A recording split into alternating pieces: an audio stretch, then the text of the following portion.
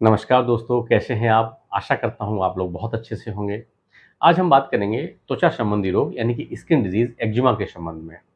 Eczema एक चर्म रोग है, यह बेशक आपके जीवन के लिए बहुत घातक नहीं है, लेकिन ये आपकी त्वचा के सुंदर एवं स्वाभाविक स्वरूप को नष्ट कर देता है, आपकी सुंदरता को प्रभावित करता है, आपके आत्मविश्वास को कमज़ोर कर देता है। साथ ही त्वचा में रहने वाली लगातार खुजली और जलन आपके जीवन में बहुत डिस्कम्फ़र्ट लेकर के आती है। तो मैं डॉक्टर शिवपी शाक्या आप सभी का बहुत-बहुत स्वागत करता हूं मेरे यूट्यूब चैनल में। आज की डिटेल डिस्कशन में एक्जिमा के संबंध में जो भी आपके मन में सवाल होंगे, उनमें से अधिकांश के जवाब आपको मिलने वाले हैं। जैसे कि एक्जिमा क्या होता है? एक्जिमा कितने प्रकार का होता है? एक्जिमा में कौन-कौन से लक्षण डेवलप होते हैं? एक्जिमा के कारण क्या हैं? और इसके कौन-कौन से ट्रिगरिंग फैक्टर्स हैं? किन-किन चीज़ से ट्रिगर कर जाता है? और इसके बाद सबसे महत्वपूर्ण बात कि वो कौन-कौन सी प्रभावी होम्योपैथिक मेडिसिन्स हैं जो बिना किसी साइड इफ़ेक्ट के एक्जिमा की समस्या को जड़ से खत्म कर सकती हैं। तो आज का ये वीडियो आपके लिए बहुत ही ज़्यादा यूज़फुल एंड इन्फॉर्मेटिव साबित होने वाला है। इसे आप जनहित में शेयर करें और साथ ही यदि आपने मेरे चैनल को सब्सक्राइब नहीं किया है तो चैनल को सब्सक्राइब कर लें, बेल आइकन प्रेस कर दें ताकि आपके स्वास्थ्य से जुड़े विषयों पर महत्वपूर्ण एवं ऑथेंटिक साइंटिफिक नॉलेज आपको लगातार मिलती रहे। तो चलिए शुरू करते हैं। दोस्तों, एक्जिमा एक मेडिकल कंडीशन है जिसमें त्वचा बहुत ज़्यादा ड्राई, इची, रफ़ यानी कि बहुत ज़्यादा शुष्क हो जाती है, रूखी हो जाती है, बहुत रफ़ यानी कि खुरदरी हो जाती है, उसमें लगातार खुजली रहती है और कई बार इसमें स्किल्स यानी कि पपड़ी सी डेवलप होने लगती है, क्रस्ट डेवलप होने लगती हैं। तो इस टाइप की समस्या होती है और कई बार मॉइस्ट एक्जिमा जब होता है उसमें फ्लूइड जो होता है, स्टिकी फ्लूइड भी वो भी स्किन पर लगातार निकलता है। तो इस टाइप की जो मेडिकल कंडीशन है उसको हम एक्जिमा कहते हैं। और इसके कारण क्या है कि जो हमारी त्वचा का बैरियर का फंक्शन है यानी कि जो अवरोधक का जो फंक्शन है वो बहुत कमज़ोर हो जाता है, क्योंकि त्वचा का महत्वपूर्ण कार्य ये है कि जो अंदर के हमारे इंटरनल ऑर्गन्स हैं उनको बाहरी जो एनवायरनमेंट है उससे सुरक्षा प्रदान करना। तो जब ये इस टाइप के जो क्रैक्स डेवलप होने लगते हैं, जब रफ हो जाती है त्वचा, तो एक तो जो नमी है, उसको बनाए रखना संभव नहीं हो पाता है लंबे समय तक। दूसरी बात ये है कि बाहरी जो इन्फेक्शियस एजेंट हैं, उनसे भी सुरक्षा कमज़ोर पड़ जाती है बहुत ज़्यादा। और देखा जाए तो जो एक्जिमा है, वो एक प्रकार से यानी कि डर्मेटाइटिस का एक प्रकार है। यानी कि derma means skin and itis जहाँ लग जाता है मतलब इन्फ्लेमेशन, यानी कि एक स्किन की इन्फ्लेमेशन की एक कंडीशन है। और जो एक्जिमा है, महत्वपूर्ण बात ये है कि ये संक्रामक नहीं है, कंटेजियस नहीं है, यानी कि एक व्यक्ति से दूसरे व्यक्ति में नहीं फैलता है। और यदि यह किसी भी व्यक्ति को किसी भी उम्र में प्रभावित कर सकता है। लेकिन यदि आपके परिवार में ऐसी हिस्ट्री है कि लोगों को एक्जिमा है या फिर हे फीवर है या एलर्जी है या अस्थमा है, इस टाइप की समस्या है, इस टाइप की फैमिली हिस्ट्री है, तो आपको सावधान रहना चाहिए, अपनी केयर करनी चाहिए। आप एक्जिमा के लिए बहुत ज़्यादा प्रोन हैं। अब हम समझते हैं कि एक्जिमा कितने प्रकार का होता है। तो इसमें सबसे पहले है एटोपिक डर्मेटाइटिस। एटोपिक मीन्स होता है का मतलब होता है कि genetic tendency to develop allergic disease, यानी कि एलर्जिक डिजीज के डेवलप करने की जो टेंडेंसी, जब जेनेटिक टेंडेंसी होती है तो उसमें हम एटोपिक वर्ड जो होता है उसका मतलब है। और डर्मेटाइटिस जैसा कि आपने पहले जाना कि डर्मा मीन्स स्किन और आइटिस जहाँ लगता है इन्फ्लामेशन, यानी कि स्किन के इन्फ्लामेशन की एक जेनेटिक टेंडेंसी जो होती है वंशानुगत, उसको हम एटोपिक डर्मेटाइटिस कहते हैं।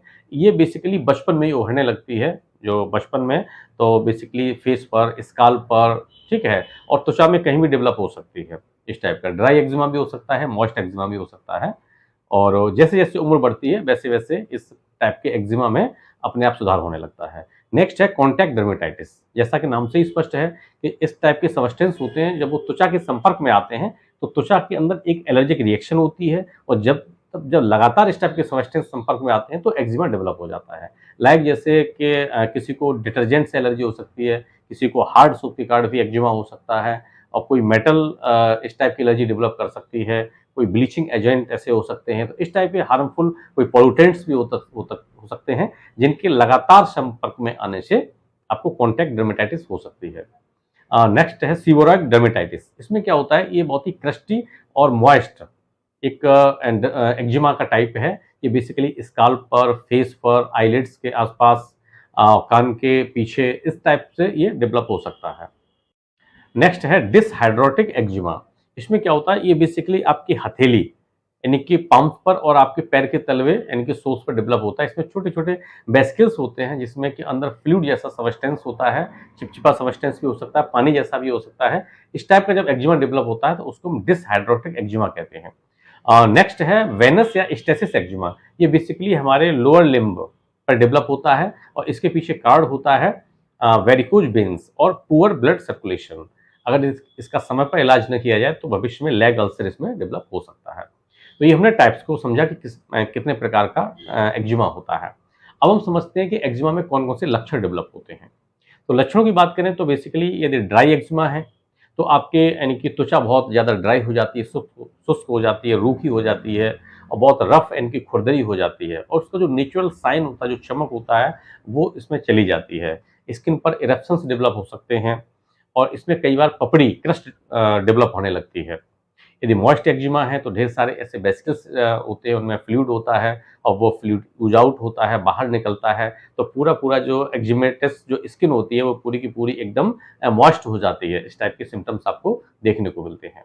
यदि हम लोकेशन की बात करें तो स्किन पे कहीं भी डेवलप हो सकता है, लेकिन कॉमन साइट की बात करें तो एक्जिमा आपके स्काल्प पर हो सकता है, आपके फेस पर यानी कि आई के आसपास, आँख के आसपास डेवलप हो सकता है, आपके कान के पीछे, गाल पर हो सकता है, आपके हाथों पैरों में डेवलप हो सकता है और आर्म पिट में डेवलप हो सकता है, घुटनों के पीछे वाले पार्ट में भी एक्जिमा डेवलप हो सकता है, पैरों में डेवलप हो सकता है। तो ये बेसिकली कॉमन साइट्स हैं, बाकी कहीं भी स्किन में ये डेवलप हो सकता है।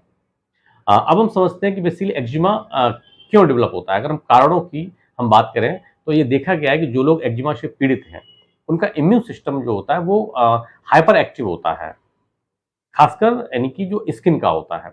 तो कोई भी जो नॉर्मल ऐसे एलर्जेंस हैं या ट्रिगर जो फैक्टर्स हैं, ठीक है, तो बाकी लोगों के लिए नॉर्मल होते हैं, उनकी स्किन कोई रिएक्ट नहीं करती। वहीं जिनकी स्किन बहुत ज़्यादा हाइपर सेंसिटिव है और हाइपर रिएक्टिव है, तो वो क्या है कि वहाँ पे इन्फ्लेमेशन की प्रक्रिया स्टार्ट हो जाती है। यानी कि ऐसा लगता है कि स्किन जो हमारा इम्यून सिस्टम है, उसको ऐसा लगता है कि जैसे बाहरी कोई ऐसे एजेंट हैं, जो हमें बहुत डैमेज कर सकते हैं, कोई बाहर इन्फेक्शियस एजेंट है, इस टाइप से उसको फील होता है। तो जब इन्फ्लेमेशन होता है तो उस पर लाल-लाल चकत्ते डेवलप होने लगते हैं और उसमें खुजलाहट होने लगती है, उसमें बर्निंग होने लगती है, इस प्रकार के सिम्पटम्स डेवलप हो जाते हैं। नेक्स्ट में हम बात करें तो जेनेटिक जो संरचना है, यानी कि जीन संरचना है। यदि आपके परिवार में इस टाइप की हिस्ट्री है, फैमिली हिस्ट्री है कि आपके माता-पिता को, आपके भाई-बहन को एक्जिमा अगर डेवलप हुआ है या हे फीवर या अस्थमा की कोई दिक्कत रही है, तो आप भी एक्जिमा के लिए प्रोन हैं, आप अपना ध्यान रखें। नेक्स्ट है आपका वातावरण। आपके वातावरण में, एनवायरनमेंट में ऐसा बहुत कुछ हो सकता है जो आपकी त्वचा को परेशान कर सकता है। जैसे कि आप बहुत ज़्यादा यानी कि हैवी या बहुत ज़्यादा यानी कि टॉक्सिक पॉल्यूटेंट्स हो सकते हैं और इसके अलावा जैसे आपका हार्ड सोप्स हैं, डिटर्जेंट हैं, सिंथेटिक क्लॉथ्स हैं और खासकर जो कॉस्मेटिक प्रोडक्ट हैं, मेकअप प्रोडक्ट हैं, इस टाइप से जो प्रोडक्ट है उसके कारण भी एक्जिमा डेवलप हो सकता है। और बेसिकली एनवायरनमेंट की जो आर्द्रता है, उसमें बहुत एक्सट्रीम की पोजीशन, अगर बहुत कम आर्द्रता है, तो भी आपको ड्राई एक्जिमा डेवलप हो सकता है, स्किन बहुत ड्राई हो जाएगी और यदि बहुत ज़्यादा आर्द्रता है, तो उसमें क्या होगा कि बहुत ज़्यादा पसीने के कारण भी त्वचा संबंधी समस्याएँ डेवलप हो सकती हैं। नेक्स्ट है इमोशनल यानी कि भावनात्मक फैक्टर की अगर हम बात करें, तो ये देखा गया है कि जो आपकी मेंटल हेल्थ है, मानसिक स्वास्थ्य है, ये कहीं न कहीं आपकी त्वचा को प्रभावित करता है। तो ऐसे लोग जिनको बहुत ज़्यादा चिंता है, घबराहट है, उनको बहुत ज़्यादा यानी कि डिप्रेशन के शिकार हैं, इस टाइप की समस्या अगर आपको बहुत मेंटल स्ट्रेस है, मानसिक तनाव है, तो आपको एक्जिमा ट्रिगर कर सकता है। ये हमने कारणों को समझा। अब हम समझते हैं वो कौन-कौन से ट्रिगरिंग फैक्टर्स हैं, जो कि आपके अंदर एक्जिमा के लक्षणों को बहुत तेज़ी से उभार सकते हैं। तो इसमें एक तो वातावरण में अगर आर्द्रता, मौसम बहुत शुष्क है, तो भी आपको ड्राई एक्जिमा की ओर लेके जा सकता है कि त्वचा बहुत आपकी यानी कि रूखी हो सकती है, उसमें क्रैक्स पड़ सकते हैं और ड्राई एक्जिमा डेवलप हो सकता है। ऐसे ही करके यदि आपको बहुत हार्ड सोप या डिटर्जेंट के आप संपर्क में रहते हैं, आप कॉस्मेटिक प्रोडक्ट ऐसे हैं वो जो एलर्जी क्रिएट कर सकते हैं। इसके साथ में आप ऐसे वातावरण में हैं जहाँ बहुत ज़्यादा यानी कि ऐसे पॉल्यूटेंट्स हैं, प्रदूषक हैं, जो त्वचा को परेशान कर रहे हैं, वहाँ पे एक्जिमा डेवलप हो सकता है। इसके साथ में आपको कुछ फूड एलर्जी हो सकती है कि आप कुछ ऐसा खाएँ लाइक जैसे कि किन्हीं-किन्हीं को मूँगफली से एलर्जी होती है, यानी कि ग्राउंड नट से और किसी को अंडे से एलर्जी हो सकती है, किसी को जो डेयरी प्रोडक्ट हैं यानी कि जो डेयरी उत्पाद हैं, उनसे एलर्जी हो सकती है। और कई बार जो भावनात्मक फैक्टर जैसे कि हम पहले डिस्कशन कर चुके हैं, आपको बहुत ज़्यादा यानी कि आप चिंता में हैं, वरी हैं, आप बहुत ज़्यादा डिप्रेशन में हैं, आप बहुत ज़्यादा मेंटल स्ट्रेस में हैं, तो भी कहीं न कहीं एक्जिमा ट्रिगर कर सकता है। ऐसे ही कोई आपके ऐसा मेडिकेशन आप ले रहे हैं, जो कि उसकी स्किन पे एलर्जी आ सकती है, तो भी आपको डेवलप हो सकता है। तो ये कुछ ट्रिगरिंग फैक्टर्स हैं, उसके कारण एक्जिमा डेवलप हो सकता है। अब हम समझते हैं हम ट्रीटमेंट। अगर हम ट्रीटमेंट की बात करें तो होम्योपैथिक मेडिसिन जो कि नेचुरल सब्सटेंस से बनती हैं, ये एक्जिमा का एक स्थायी समाधान है, यानी कि एक्जिमा को जड़ से खत्म करने की सामर्थ्य रखती है। यहाँ पे हम कुछ कॉमन होम्योपैथिक मेडिसिन का डिस्कशन करेंगे जो बहुत ज़्यादा इफेक्टिव है एक्जिमा में। तो हमारी पहली मेडिसिन है ग्रिफाइटिस। ग्रिफाइटिस एक्जिमा की बहुत ही अच्छी एंड रिलायबल रेमेडी मानी जाती है। ये ड्राई एक्जिमा और मॉइस्ट एक्जिमा दोनों में ही बहुत अच्छा काम करती है। ये स्किन आपकी बहुत ज़्यादा ड्राई है, उसमें क्रैक्स भी हैं, उसमें बहुत ज़्यादा यानी कि खुजली होती है, इस टाइप के आपको सिम्पटम्स हैं, तो इसमें ग्रिफाइटिस बहुत अच्छा काम करेगी। यदि मॉइस्ट एक्जिमा है और उसमें कुछ फ्लूइड जैसा सब्सटेंस है, वो ooze आउट हो रहा है, निकल रहा है, जो बहुत ज़्यादा चिपचिपा है, स्टिकी है, तो उसमें भी ग्रिफाइटिस बहुत अच्छा काम करती है। इसको आप 30 पोटेंसी में सुबह-शाम 4-4 बूंदें क्लीन टंग पर लें, आपको बहुत अच्छे रिजल्ट्स देखने को मिलेंगे। नेक्स्ट मेडिसिन है सल्फर। सल्फर भी एक्जिमा की बहुत अच्छी मेडिसिन है। बेसिकली ड्राई एक्जिमा में इसका बहुत अच्छा फंक्शन देखने को मिलता है, जहाँ पे बहुत ज़्यादा सीवियर इचिंग है और वो इचिंग बेसिकली आपकी नाइट में और इवनिंग में बहुत ज़्यादा होती है। और आप देखते हैं जब भी टेम्परेचर थोड़ा बढ़ता है, वार्म टेम्परेचर होता है तो बहुत ज़्यादा बढ़ने लगती है। तो इस तरीके से सल्फर का बहुत अच्छा इस टाइप के जो लक्षण इसमें देखने को मिलता है रिजल्ट। इसको भी आप 30 पोटेंसी में आप मॉर्निंग इवनिंग में आप ले सकते हैं, 4-4 बूंदें क्लिंटिंग पर। नेक्स्ट मेडिसिन है हमारी रस्टॉक्स। रस्टॉक्स बेसिकली देखें तो जो मॉइस्ट एक्जिमा है या जहाँ आर्द्रता बहुत ज़्यादा होती है या जब-जब आर्द्रता बढ़ती है, ह्यूमिडिटी बढ़ती है, तो आपकी स्किन में दिक्कत होना स्टार्ट हो जाती है और वेसिकल्स डेवलप होने लगते हैं। उनके अंदर फ्लूइड जैसा सब्सटेंस होता है और उसमें बहुत ज़्यादा इचिंग होती है, आप परेशान होते हैं। उस कंडीशन में रस्टॉक्स आपको बहुत अच्छी राहत दे सकती है। इसको आप 30 पोटेंसी में आप सुबह, दोपहर, शाम ले सकते हैं, 4-4 बूंदें क्लीन टंग पर। नेक्स्ट मेडिसिन है हमारी petroleum. Petroleum basically dry eczema में बहुत अच्छा काम करती है जब यानी कि स्किन आपकी बहुत ज़्यादा यानी कि ड्राई हो गई हो और बहुत ज़्यादा रफ है, उसमें डीप क्रैक्स डेवलप हो गए हों और ऐसा है कि उनमें से ब्लीडिंग भी स्टार्ट हो गई हो, इस लेवल तक एक्जिमा पहुंच गया हो। और साथ में आप देखते हैं कि विंटर्स में यानी कि जब सर्दियों में इस त्वचा की समस्या बहुत ज़्यादा बढ़ने लगती है, तो उस कंडीशन में पेट्रोलियम आपकी बहुत हेल्प करेगी। इसको आप यानी कि 200 पोटेंसी में सुबह शाम 4-4 बूंदें क्लिंटन पर लें, आपको निश्चित ही फायदा होगा। Next medicine mother tincture form में है कैलेंडुला क्यूब। कैलेंडुला स्किन के लिए बहुत अच्छी मेडिसिन मानी जाती है, जो न केवल स्किन को इन्फेक्शन से बचाती है, वरन ये है स्किन की जो हीलिंग प्रोसेस है उसको भी फास्ट करती है। इसको प्रयोग करने का तरीका ये है कि आप एक हिस्सा मदर टिंचर कैलेंडुला का ले लें और 4 हिस्सा आप कोकोनट ऑयल ले लें। इसको अच्छे से मिक्स कर लें और स्किन पर अप्लाई करें, आपको बहुत अच्छे रिजल्ट्स देखने को मिलेंगे। तो दोस्तों ये हमने मेडिसिन को समझा।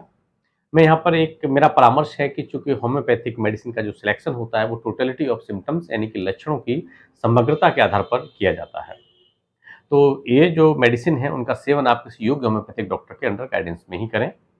आशा करता हूँ कि वीडियो में दी गई जानकारी आपके लिए अत्यंत लाभकारी सिद्ध होगी। वीडियो अच्छा लगा है तो वीडियो को लाइक करें, शेयर करें अपने दोस्तों के साथ, फैमिली मेंबर्स के साथ, रिलेटिव्स के साथ और कमेंट सेक्शन में बताएं कि आपको नेक्स्ट वीडियो किस टॉपिक पर चाहिए। और चैनल को सब्सक्राइब कर लें ताकि आपके स्वास्थ्य से जुड़े विषयों पर महत्वपूर्ण जानकारी आपको लगातार मिलती रहे। And thanks for watching. फिर मिलता हूँ नेक्स्ट वीडियो में, तब तक के लिए बहुत बहुत धन्यवाद। Thank you so much.